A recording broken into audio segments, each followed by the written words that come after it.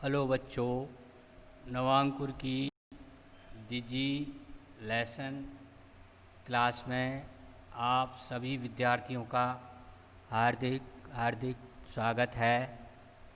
मैं आज आपको कक्षा 12 वाणिज्य संकाय के अंतर्गत पुस्तपालन एवं लेखाकरण विषय की इकाई 6 लेखांकन अनुपात के विषय में आपको बताऊंगा। बच्चों, आपने पिछले वीडियो में मैं आपसे वित्तीय विवरणों के विश्लेषण पर चर्चा कर रहा था।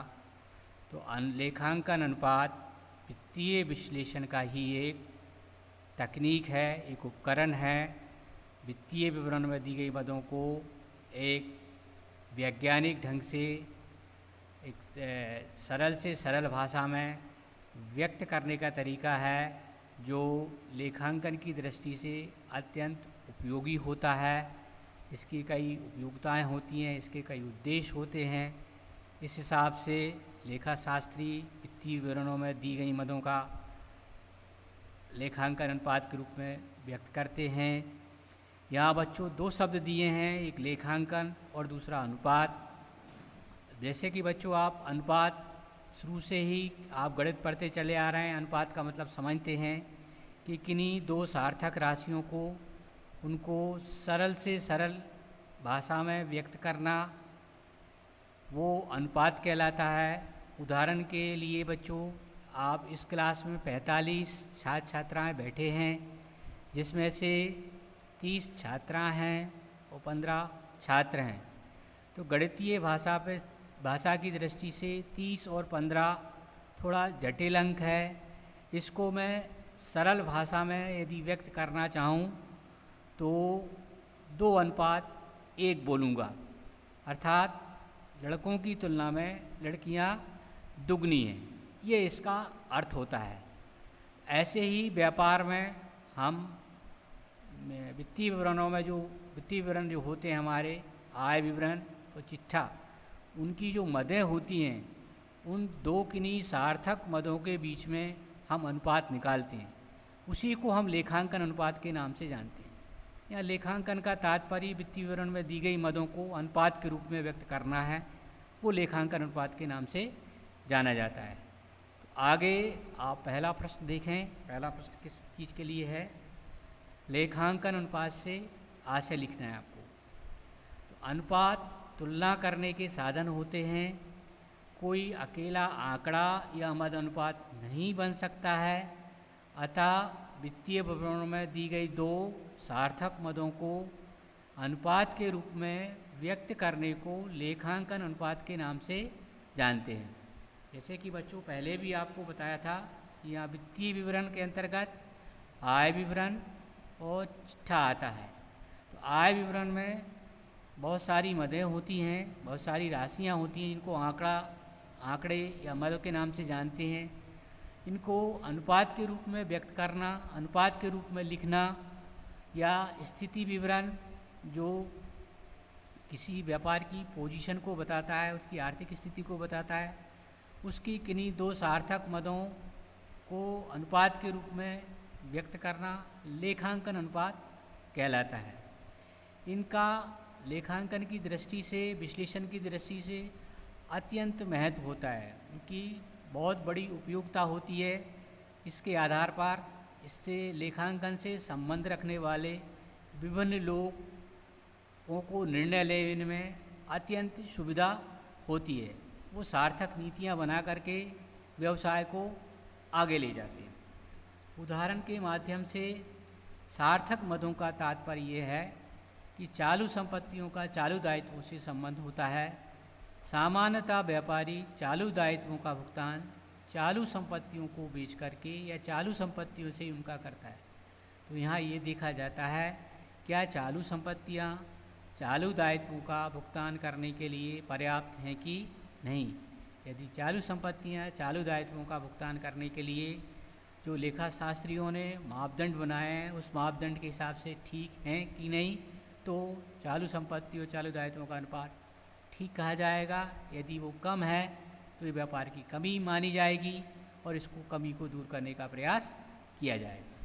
तो इस तरह से हम इसको लेखांकन अनुपात, या दो शब्द हो गए, एक लेखांकन और एक अनुपात। लेखांकन का मतलब वित्तीय विवरणों में की जो दो मदें हैं वो सार्थक होती हैं, वो लेखा शास्त्री तय करते हैं, विभिन्न विद्वान तय करते हैं कि किस मद का किस मद से संबंध होता है, उनको अनुपात के रूप में व्यक्त करना ही लेखांकन अनुपात के नाम से जाना जाता है।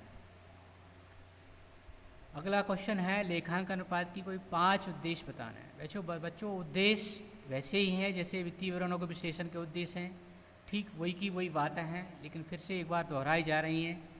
लाभप्रदता की माप, वहाँ लाभ अर्जन क्षमता शब्द दिया आया था जब हमने वित्तीय विवरणों को विश्लेषण के उद्देश्य जाने थे, तब वहाँ लाभ अर्जन क्षमता की माप था।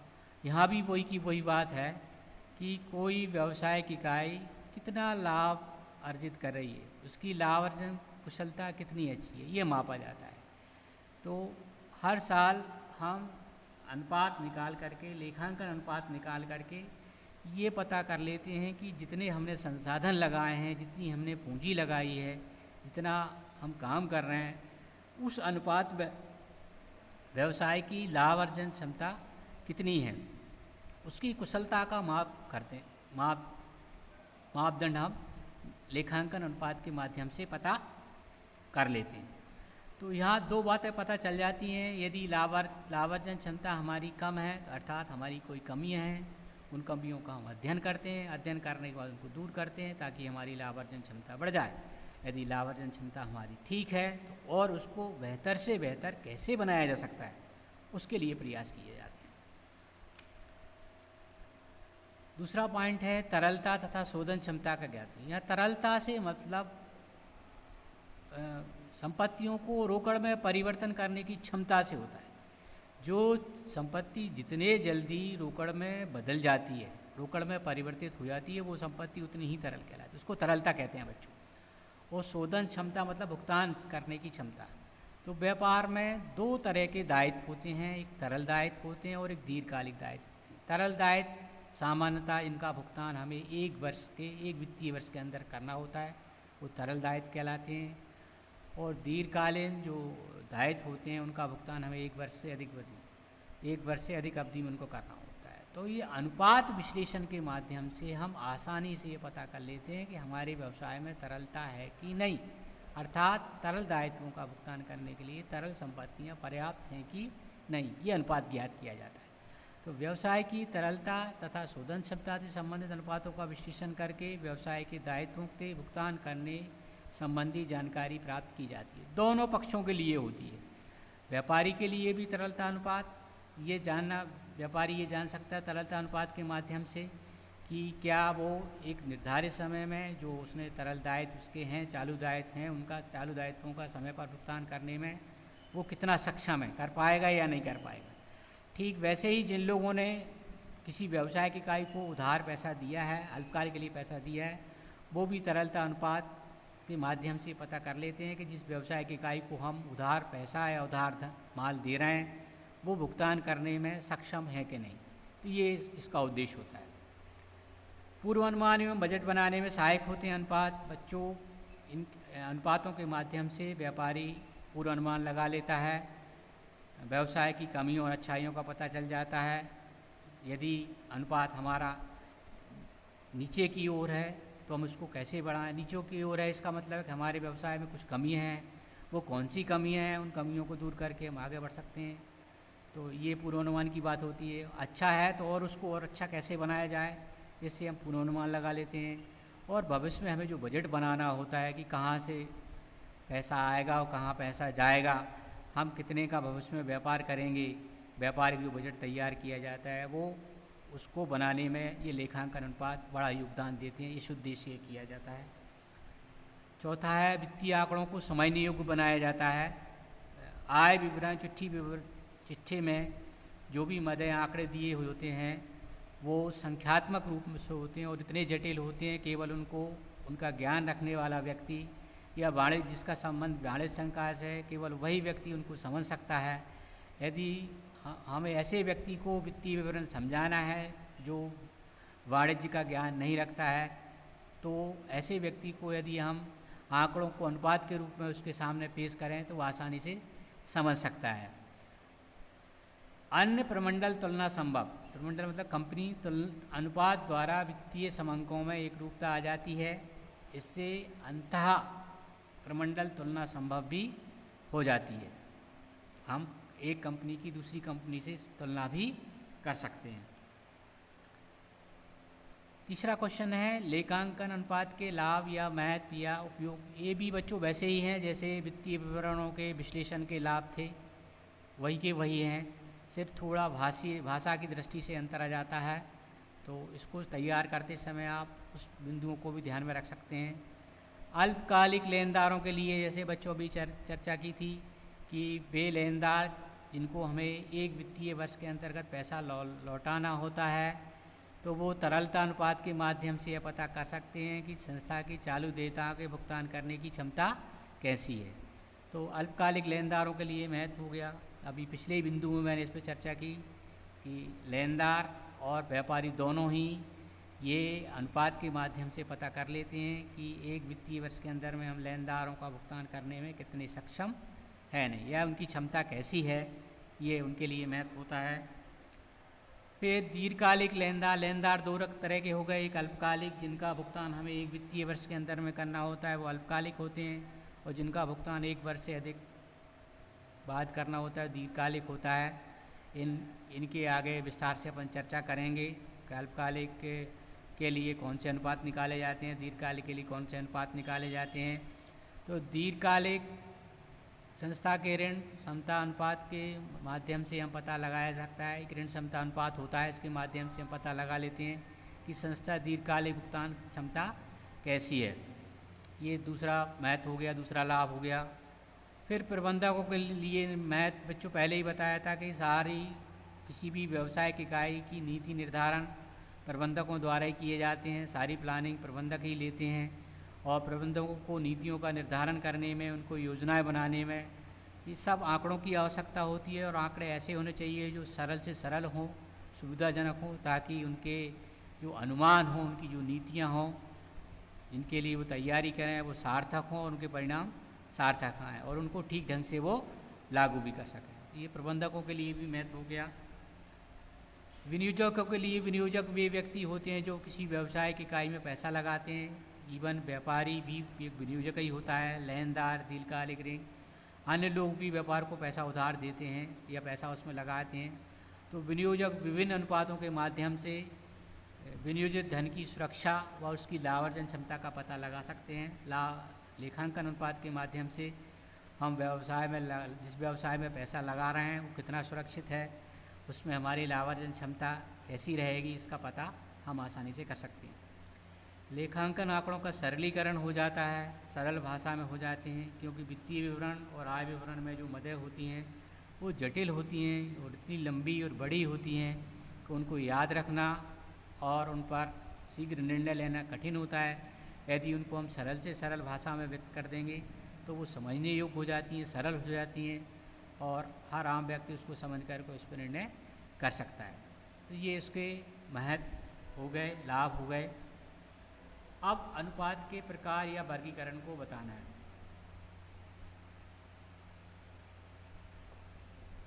लेखांकन अनुपात को मोटे तौर पर 4 भागों में बांटा गया है। तरलता अनुपात, ऋण शोधन क्षमता अनुपात, क्रियाशीलता अनुपात और लाभदायकता अनुपात। इन चारों के क्वेश्चन आगे दिए हैं, चारों के क्वेश्चन पर आगे चर्चा की जाएगी। बट तरलता एक वित्तीय वर्ष के लिए भुगतान करने की क्षमता को मापता है। ऋण शोधन क्षमता अनुपात दीर्घकालिक भुगतान करने की क्षमता को मापता है, मापदंड है। क्रियाशीलता अनुपात ये बताता है कि उपलब्ध संसाधनों का कोई व्यवसायिक संस्थान कितनी क्रियाशीलता के साथ, सक्रियता के साथ उनका उपयोग कर पा रही है या नहीं, वो क्रियाशीलता अनुपात कहलाता है। और लाभदायकता अनुपात ये बताता है कि व्यवसाय की लाभार्जन क्षमता कैसी है, ये बताता है। इन पर चारों पर आगे विस्तार से चर्चा होगी। पहला है तरलता अनुपात के अंतर्गत कौन बच्चों, तरलता का से अभिप्राय संस्था के चालू देयताओं के देय होने पर, चालू दायित्वों के देय होने पर उनके भुगतान करने की क्षमता से होता है, वो तरलता कहलाता है। तरलता का केवल केवल तरल शब्द का अर्थ निकालें तो कोई संपत्ति कितने जल्दी रोकड़ में परिवर्तित होती है वो संपत्ति उतनी ही तरल कही जाती है। तो सामान्यतः व्यापारी चालू दायित्वों का भुगतान करने के लिए चालू संपत्तियों का उपयोग करता है, चालू संपत्तियों के माध्यम से चालू दायित्वों का भुगतान करता है। तो तरलता अनुपात संस्था की तरल संपत्तियों से अल्पकालिक दायित्वों के देय होने पर उनके भुगतान करने की क्षमता को मापते हैं, जिससे हम पता करते हैं कि तरल संपत्तियां चालू दायित्वों का भुगतान करने के लिए पर्याप्त हैं कि नहीं।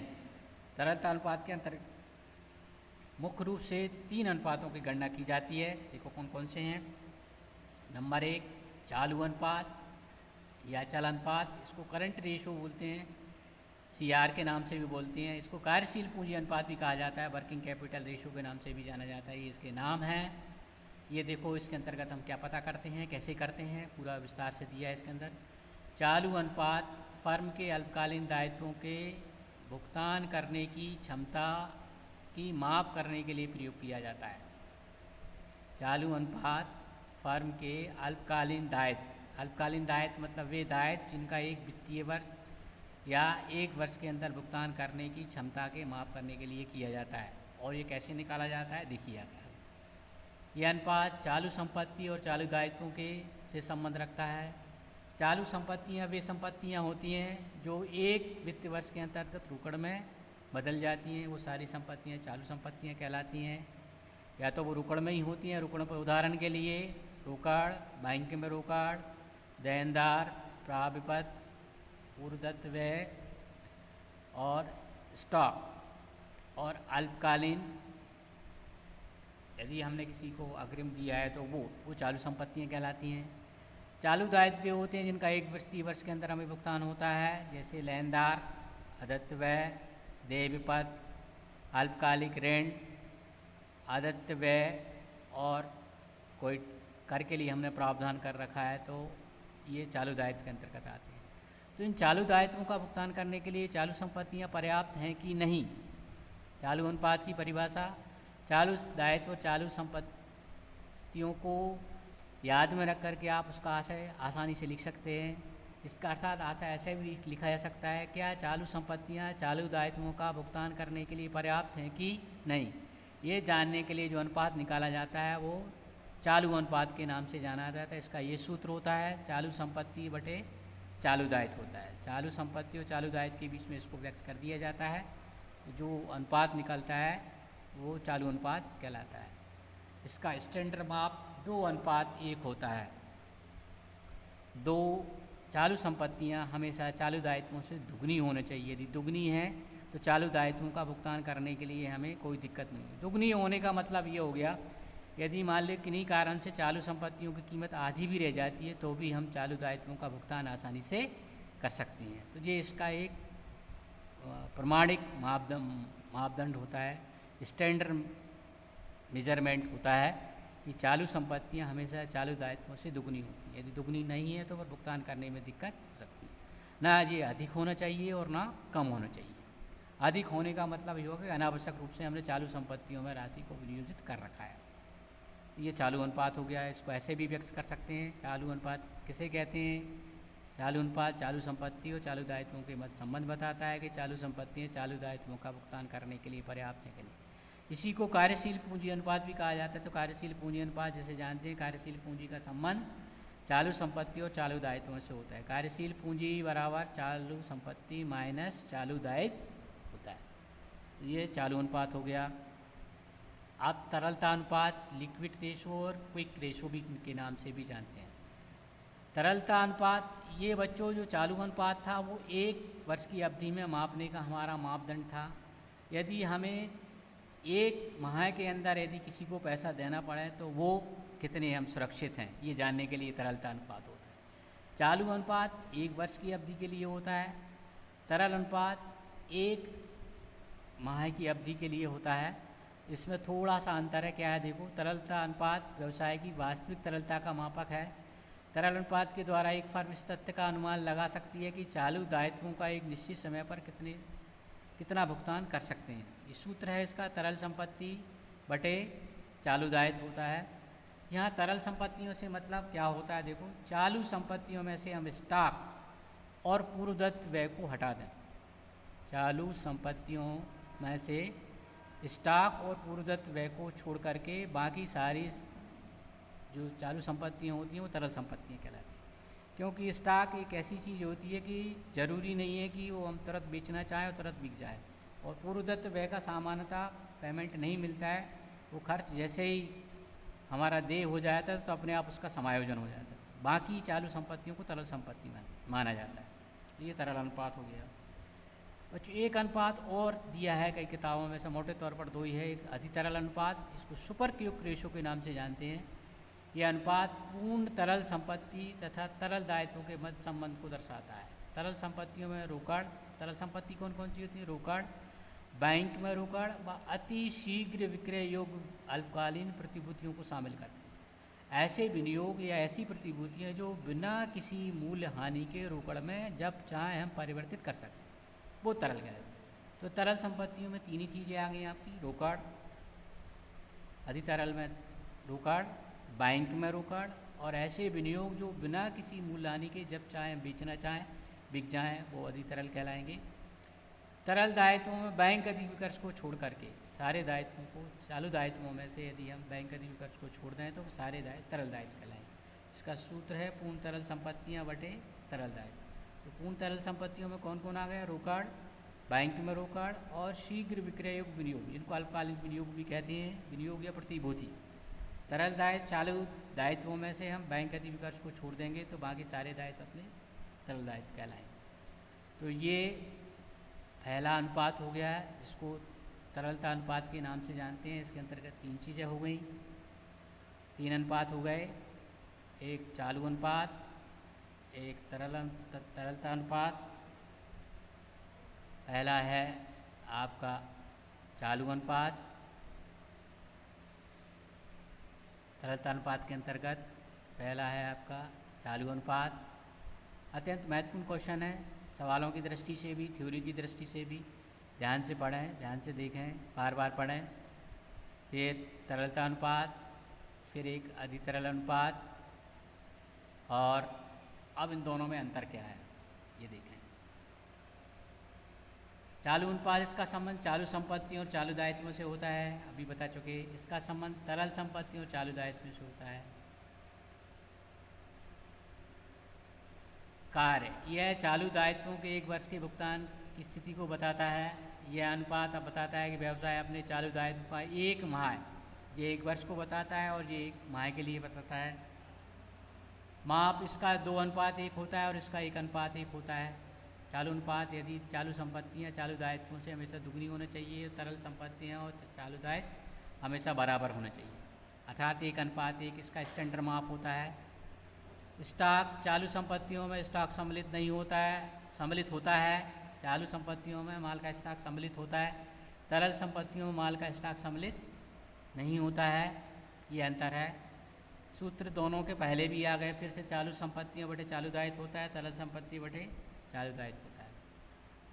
अब दूसरा अनुपात है ऋण शोधन क्षमता अनुपात से क्या आ सकता है। तो आपको पहला अनुपात तरलता एक वर्ष के लिए या एक वर्ष से कम अवधि के नापने के लिए है। अब एक वर्ष से अधिक के ऋणों का भुगतान करने के लिए हम सक्षम हैं। बच्चों यहाँ एक बात बताना जरूरी है, ऐसा नहीं कि व्यापार में पैसा उधार मिलता आ रहा है तो लेते जाओ, तो फिर एक दिन ऐसी स्थिति निर्मित हो जाएगी कि हम लोगों को पैसा लौटाने की स्थिति में नहीं होंगे, इससे व्यापार की साख खराब होती है। इसलिए व्यापारी लोग क्या करते हैं, हमेशा अपनी अल्पकालीन और दीर्घकालीन शोधन क्षमता का हमेशा मापदंड, उसका मेजरमेंट करते रहते हैं, उसका पता करते रहते हैं कि पर्याप्त है कि नहीं। दोनों की दृष्टि से, लेने वाले की दृष्टि से भी, देने वाले की दृष्टि से भी अच्छा माना जाता है और एक दूरदर्शितापूर्ण दृष्टिकोण होता है, एक अच्छी नीति का काम करता है। और ऐसी स्थिति में व्यवसाय में कहीं विपरीत परिस्थितियों का सामना करने से व्यापारी बच जाता है। इसलिए किसके अंतर्गत एक ऋण शोधन क्षमता अनुपात आता है। ऋण शोधन क्षमता अनुपात का संबंध व्यवसाय की दीर्घकालीन दायित्वों के भुगतान करने की योग्यता से है। तो दीर्घकालीन दायित्वों का भुगतान करने के लिए सामान्यतः वो दीर्घकालीन ऋणों का, दीर्घकालीन कोषों का ही भुगतान, दीर्घकालीन कोषों का ही उपयोग करता है। तो अब दीर्घकालिक ऋण वे होते हैं जिनका भुगतान हमें एक वर्ष से अवधि की, जैसे बैंक ऋण, ऋणपात, अन्य लोगों से लिया वो दीर्घकालिक ऋण कहलाते हैं। दीर्घकालीन कोषों में आपके पूंजी कोष आदि इसके अंतर्गत आ जाते हैं। इसके अंतर्गत बहुत 2-3 अनुपात आते हैं, इनका अपन व्यवहारिक प्रश्नों में अध्ययन करेंगे और कैसे निकाला जाता है वो आगे चर्चा होगी। अतः दीर्घकालिक ऋणों के भुगतान करने के लिए दीर्घकालीन कोष पर्याप्त है कि नहीं जानने के लिए जो अनुपात ज्ञात किया जाता है उसे ऋण शोधन क्षमता अनुपात कहते हैं। फिर क्रियाशीलता अनुपात से क्या आशा है? क्रियाशीलता अनुपात से आशा है उपलब्ध संसाधन। उपलब्ध संसाधनों के अंतर देखो आप स्टॉक, देनदार, लेनदार, स्थायी व चालू संपत्ति आदि को उपलब्ध संसाधन कहते हैं। यदि आपके पास बहुत सारा अच्छे कर्मचारी हैं, अच्छी चीज़ का व्यापार करते हैं, आपके अच्छे लेनदार हैं, आपके अच्छे देनदार हैं, चालू संपत्तियाँ आपके पर्याप्त हैं, चालू दायित्व, चालू स्थायी संपत्तियाँ पर्याप्त हैं, लेकिन आप इन सारे संसाधनों का कितनी क्रियाशीलता, कितनी सक्रियता के साथ उपयोग करते हैं, कर पा रहे हैं या नहीं कर पा रहे हैं, ये जानने के लिए जो अनुपात निकाला जाता है वो क्रियाशीलता अनुपात है। अर्थात आप कितने सक्रिय हैं, क्योंकि व्यापार में अपार संभावनाएं भरी हुई हैं, उनका हम जितना क्रियाशीलता से, जितनी सक्रियता से उपयोग करते हैं वो उतना ही क्रियाशील कहलाता है। स्टॉक हमारा रुक तो नहीं रहा, इसके लिए स्टॉक आवर्त अनुपात निकाला जाता है। इसको हम बारंबारता में मापते हैं, बार में मापते हैं, टाइम में मापते हैं। देनदारों से पैसा पर्याप्त समय में वापस हो रहा है कि नहीं, लेनदारों को हम समय पर भुगतान, कितनी बार भुगतान कर पा रहे हैं, स्थायी संपत्तियों का हम अपने व्यापार में कितनी बार उपयोग कर रहे हैं, चालू संपत्तियों का। तो ये सारा का सारा अनुपात आवर्त में मापा जाता है, टाइम में मापा जाता है, बार में मापा जाता है। का कोई कंपनी कितनी सक्रियता से उपयोग कर पा रही है यह जानने के लिए जो अनुपात याद किया जाता है उसे क्रियाशीलता अनुपात के नाम से जानते हैं। तो बच्चों, ये क्रियाशीलता अनुपात हो गया। साधारण बात से इसको ऐसे कह सकते हैं कि हमारे पास जो भी व्यापार करने के लिए संसाधन हैं, उन संसाधनों का हम कितनी सक्रियता से उपयोग कर पा रहे हैं या नहीं। हम उपलब्ध संसाधनों का जितनी सक्रियता से उपयोग करेंगे उतनी हमारी व्यवसाय की लाभ अर्जन क्षमता बढ़ेगी। ये जानने के लिए क्रियाशीलता अनुपात निकाले जाते हैं। एक स्टॉक आवर्तन अनुपात होता है, देनदार आवर्तन अनुपात होता है, लेनदार आवर्तन अनुपात होता है, स्थायी संपत्ति आवर्तन अनुपात, चालू, ये बहुत सारे अनुपात इसके अंतर्गत निकाले जाते हैं। जब व्यवहारिक प्रश्नों का अपन अध्ययन करेंगे तब इसके विषय में सूत्र सहित और चर्चा की जाएगी। इसको क्रियाशीलता अनुपात के नाम से जाना जाता है। अब अगला है लाभदायकता अनुपात। लाभदायकता अनुपात से आशा है कंपनी की लाभ अर्जन करने की योग्यता या क्षमता से है कि कोई कंपनी कितना लाभ कमा रही है, जितना उसने पूंजी लगाई है, जितनी उसके पास स्थायी संपत्ति हैं, चालू संपत्ति है, दूसरे संसाधन हैं, उसकी तुलना में उसको कितना लाभ हो रहा है। ये जानने के लिए जो अनुपात निकाला जाता है वो लाभदायकता अनुपात कहलाता है। लाभदायकता अनुपात की गणना करने के लिए लाभ एवं व्यय का विक्रय से प्रत्यक्ष संबंध बताया जाता है कि लाभ विक्रय का कितना प्रतिशत है, व्यय विक्रय का कितना प्रतिशत है। लाभ जितना ज़्यादा होगा उतना इसको प्रतिशत के रूप में व्यक्त किया जाता है। जितने हमारे व्यय कम होंगे वो उतना ही हमारा लाभ अपने आप बढ़ जाएगा। वो लाभदायकता अनुपात से व्यवसाय के स्वामी को यह ज्ञात हो जाता है कि बिक्री पर कितने प्रतिशत लाभ हो रहा है तथा लाभ की मात्रा में वृद्धि अथवा कमी हो रही है। तो साधारण भाषा में बात हो गई कि जितना हम माल बेच रहे हैं उसकी तुलना में कितने प्रतिशत लाभ कमा रहे हैं या कितने प्रतिशत व्यय हो रहे हैं। लाभ दो ही तरह से हम लाभ को मापते हैं। एक तो हमारा या तो लाभ बढ़ रहा है, लाभ को बढ़ाने का एक दो ही तरीके होते हैं। या तो हम विक्रय को बढ़ाएं तो हमारा लाभ बढ़ जाता है, और एक दूसरा तरीका होता है हम अपने खर्चों में कटौती कर दें। यदि हमारे खर्च कम हो जाते हैं तो अपने आप ही लाभ बढ़ जाता है, वो लाभदायकता अनुपात होता है। तो ये भी कई तरह से मापते हैं, देखते हैं। तो जब व्यवहारिक प्रश्नों का अध्ययन होगा तब आपको इस पर चर्चा की जाएगी। इसके अंतर्गत भी बहुत सारे अनुपात आते हैं और वो प्रतिशत के रूप में होते हैं। मोटे तौर पर सकल लाभ अनुपात, शुद्ध लाभ अनुपात, व्यय अनुपात, ये आप देख सकते हैं। सकल लाभ अनुपात कैसे ज्ञात किया जाता है? ये लाभदायकता अनुपात के अंतर्गत ही आता है। अनुपात सकल लाभ एवं शुद्ध विक्रय के मध्य संबंध बताता है। ये बताता है कि सकल लाभ शुद्ध विक्रय का कितने प्रतिशत है। यह अनुपात शुद्ध बिक्री और कुल लाभ को प्रदर्शित करता है। सकल लाभ अनुपात जितना अधिक होगा उतना ही संचालन व्ययों को पूरा करने के पश्चात शुद्ध आय में अंशदान होगा।